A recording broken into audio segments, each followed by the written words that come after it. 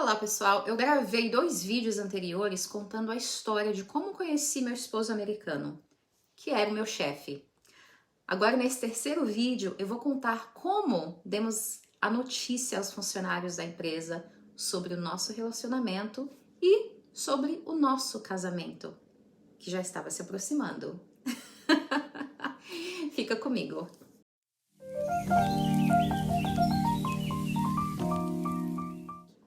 Em junho de 2005, o Phil me pediu em casamento. Em setembro de 2005, Phil foi ao Brasil para trabalho e foi nesse mês que ele convocou uma pequena reunião com os gerentes e os supervisores da empresa.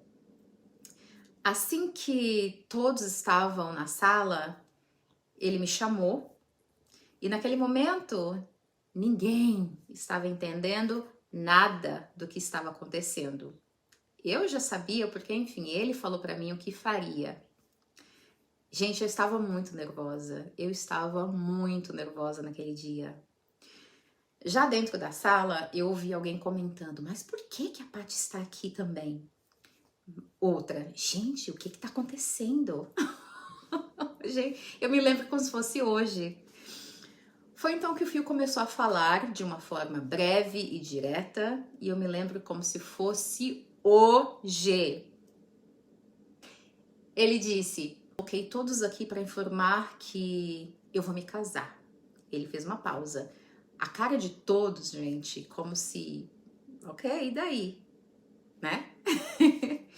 Aí ele disse, eu me apaixonei por alguém aqui no Brasil, estamos namorando há pouco tempo, e a única certeza que eu tenho é que eu quero esta mulher para ser a minha esposa.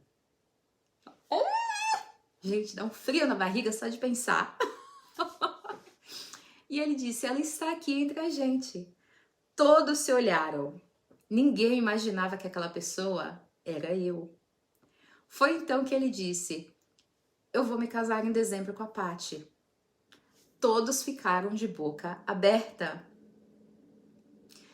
Gente, sabe a história da borralheira? Foi assim que eu me senti naquele momento que ele disse, quando ele disse, ela está aqui entre a gente, e as pessoas se olharam, mas, tipo, ninguém, não passou pela cabeça de ninguém que aquela pessoa seria eu, entendeu? Foi então que ele falou, a Paty, e a surpresa, assim, de todos, me fez sentir como se eu tivesse uma história de contos de fada.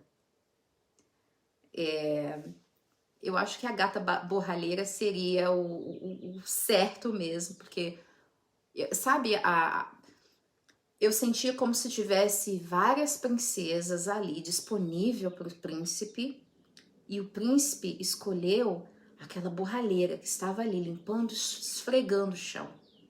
Não que eu estivesse limpando, esfregando o chão, mas eu estava em uma categoria, vamos dizer assim, né? Baixa, comparando com os gerentes, supervisores da empresa. Eu era uma funcionária, eu era uma subordinada deles. Então, como assim? O chefão foi se apaixonar pela subordinada de todos. E eu não sei nem explicar. Até hoje não sei nem explicar o sentimento. Mas é que assim, eu sempre vi essas coisas em novela, em contos de fada. Quando aconteceu comigo, parecia surreal, entendeu? E até hoje, pensando nisso tudo, parece surreal. Bom, eu trabalhei na empresa até outubro de 2005 e depois eu dediquei tempo para organizar o casamento e todos os documentos necessários para dar entrada no nosso casamento, uma vez que foi um pouco burocrático pelo fato de ele ser estrangeiro. Mas deu tudo certo, eu tinha minha mãe ali me apoiando, me ajudando no todo o processo. Eu tinha uma colega de trabalho também que me ajudou muito nesse processo, inclusive traduzindo os e-mails do Phil para mim. Durante o nosso período de namoro, eu tentei o visto de turista para visitar os Estados Unidos e ele foi negado. Foi então que demos entrada no processo do visto de noiva. Gente, imagina a sua vida sendo revirada. O processo ele foi demorado e eles pedem todo tipo de documento que você possa imaginar.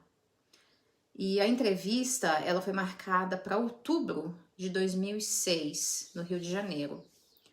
Como na época já estávamos casados e tínhamos todos os documentos exigidos, né, formulários, enfim, tudo corretamente, então a mulher do consulado, né, a counselor, ela disse que estaria me concedendo o visto de esposa ao invés do visto de noiva, né? Porque o nosso já tínhamos casado, então, e já tínhamos todos os documentos necessários, então por que não? Dias depois, Phil e eu viemos para a Califórnia. E no dia seguinte à nossa chegada, o Phil recebeu um e-mail do consulado do Rio de Janeiro, notificando que eles me deram o visto errado. Ao invés do visto de esposa, que foi concedido, né, pela counselor do Rio de Janeiro, eles me deram o visto de noiva. Então, solicitaram que fôssemos lá para que o passaporte fosse corrigido. Mas como já estávamos aqui na Califórnia, teríamos que dar entrada no processo tudo de novo. No processo de casada agora, né, dessa vez.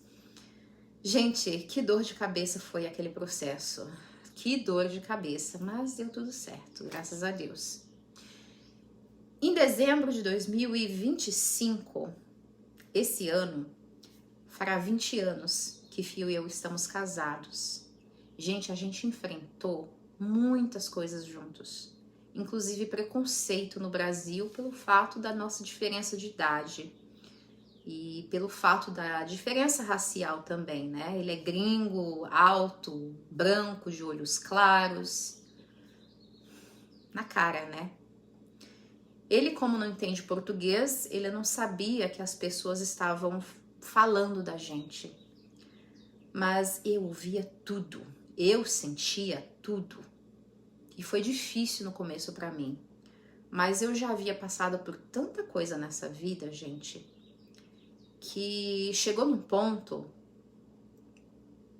que eu passei a não me importar, a não me incomodar com absolutamente nada com que as pessoas que eu nem sequer conhecia estavam falando de mim.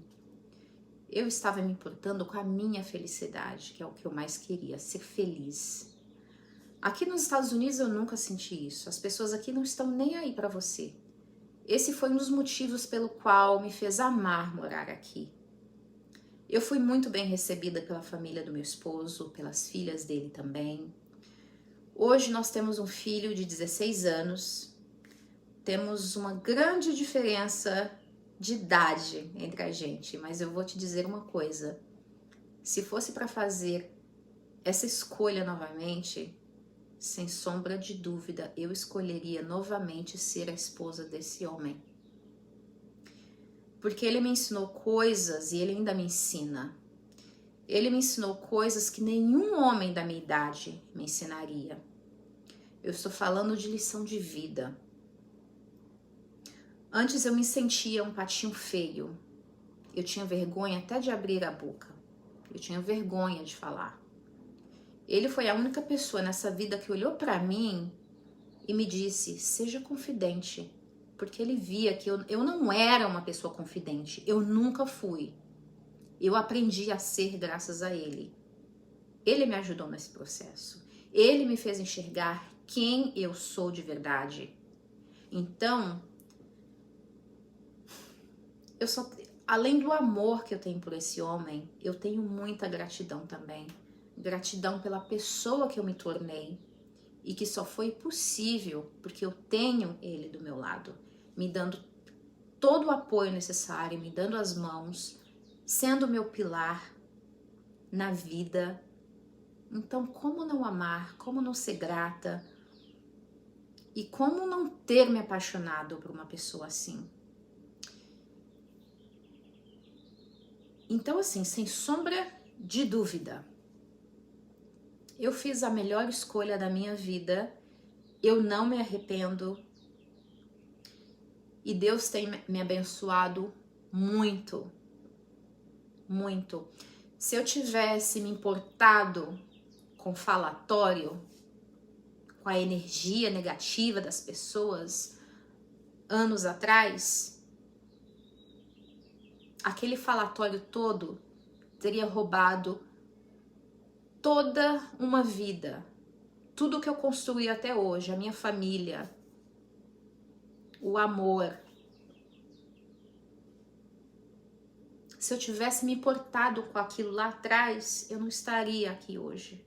Eu não estaria gravando esse vídeo aqui hoje, falando para vocês a história minha e do meu esposo.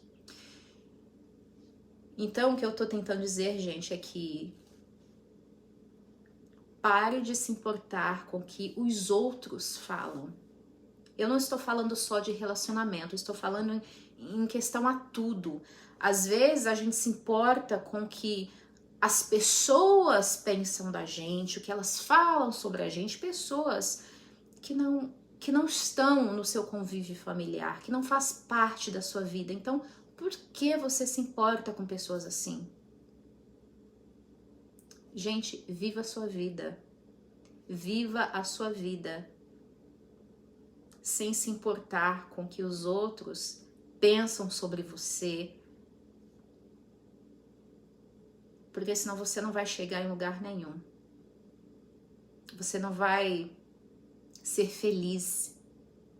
Porque eu acredito que estamos aqui nessa vida para aprender, para ser melhor e, acima de tudo, para ser feliz. Enfim, esse vídeo conta a história de como eu conheci meu esposo, como que foi o nosso relacionamento. Eu fiz um resumão, essa é a verdade. Eu nem fui fundo de como exatamente foi a nossa história. Foi um resumo de tudo. Então tem o vídeo número 1, número 2 e este é o vídeo número 3. Eu espero que você tenha gostado e até o próximo vídeo, tá bom? Um beijo e te vejo em breve. Tchau, tchau.